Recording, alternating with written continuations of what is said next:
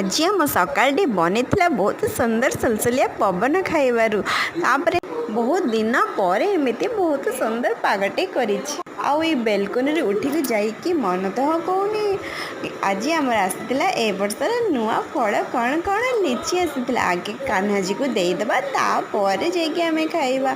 आउ नीनी मामा आसिक मो पाखे पहुँचे कहे मामा एटा कौन नुआ फल ना कौन मुझे हाँ हाँ नीनी मामा को गुटे तो देची चखेवाई सी जाइए हाय दूर कहे बाबा कि खट्टा तापर ए पाग को देखिए आमर 2 मिनिटिया मैगी बनईला मैगी खाई कि आम तो जाइलु टिके तलक बुलवा कि सुंदर पवन तो खाली उड़े नौ नीनी मामा तो खाली एपटे सेपटे कि घूरी बुलूची कहली चलो चलो पलैबा बहुत जोर से पवन आसला सी तो आसु ना मुझे जबरदस्त नहीं कि ऊपर को आसते पड़ला। वीडियो भल लगे सब्सक्राइब करिए लाइक करिए। जय जगन्नाथ जय जगन्नाथ।